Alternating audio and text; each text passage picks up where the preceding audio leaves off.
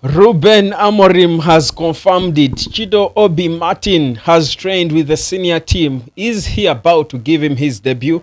My name is Webb. Welcome to the United Sport, and here we are to talk about, of course, Ruben Amorim's presser ahead of our Sunday game against Tottenham. It's a crucial game, first of all, because we are facing a team in almost a similar situation like we are. That's Tottenham, probably in a worse situation, just that the pressure at Tottenham, like Amorim rightfully said, is not really as big as it is with Manchester United, but it's certainly a very big game for Manchester United. So what exactly is going on with this game? So Ruben Amorim has come out to speak in the pre-match press conference, and he spoke about, for me, the most important thing he spoke about was the fact that Chido Obi-Martin, and he confirmed him. Of course, he didn't want to mention names, but he confirmed that Chido Obi is among the few players from the academy who have been training with the senior team this week, because they were short of numbers, because certain players were either injured or ill. He did not mention which players those were, but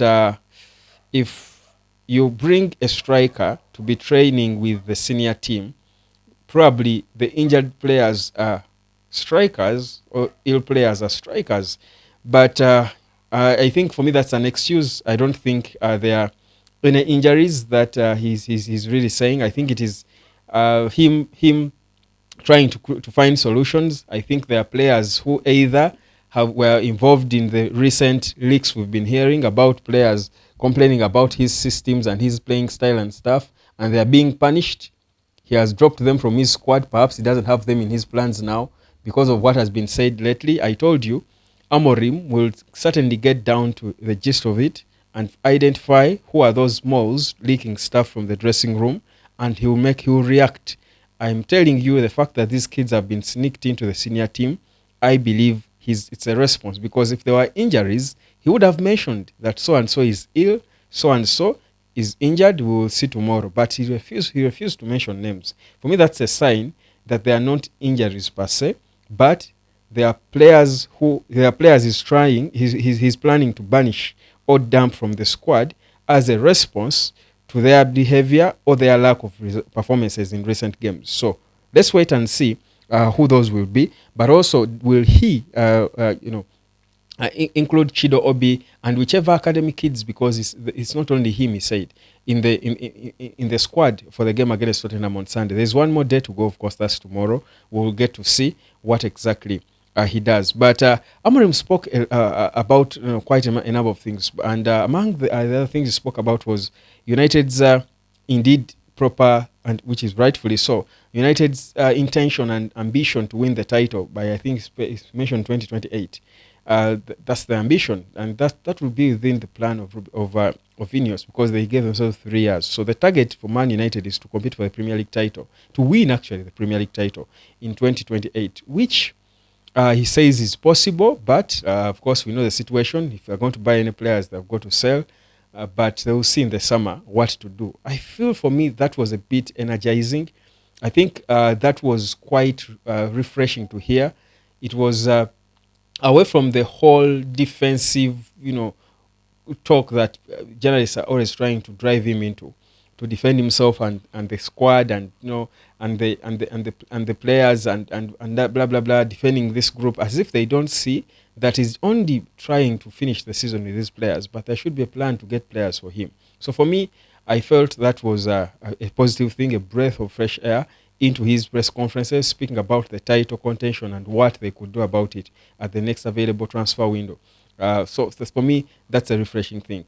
Then, of course, he spoke about several other things in terms of the system. People asking him about the system, and he says, I love this system. This is the way I view football. This is my system, because in his view, it's easier to tweak that system into anything. Something I explained here before, that the system Amorim plays it's easy to adjust it into any system according to the flow of the game. And we've seen it in the game against Leicester, how he instantly tweaked it when he brought on Garnacho and Zirkzee, and the team was playing different. There was more width, there was more flow. If that's what you need, there are games where you need it to stay compact. There are games where you need to free the midfield. There are games there where you need to stretch the pitch a bit. There are games where you need to be so solid in the back and organized. There are games where you need a lot of, width from the wing back. So this system gives you that freedom to tweak it according to every situation. And if players understand, that's why we say it's an educated system. For you to play well in that system, you've got to have a proper understanding of the game, because you will then click and get into the adjustments whenever you're called upon to. Whenever a coach tells you switch into this, you should be smart enough to instantly switch and still do the actions expected of you in that system. So this was Amorim defending his system, because he's had people shout and talk a lot about it. And for me, it's a good thing that is educating people about the game. I love I love to see that. So, but the most important thing, of course, for United now is to win games of football. Now, tomorrow probably we'll talk more about the team and the squad and the starting 11 that he would use, which tweaks he could make. Is he going to keep Dogu in right wing back? Will he take him back to the left, or will he still invert Diogo Dalot? Something people have complained about so much.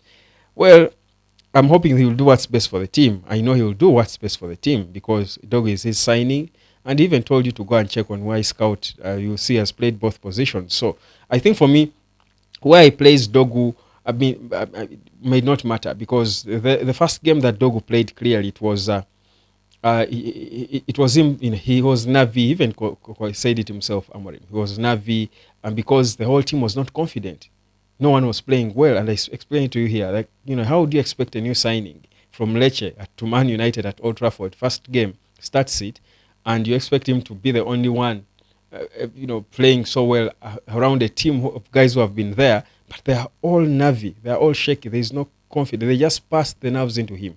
He was never going to do any magic. So for me, I cannot. I would be surprised by anyone who has qualms about Dogu's performance in the first game. So if you're judging him by that performance, then you've got a problem. So for me, I wouldn't mind if he kept him there.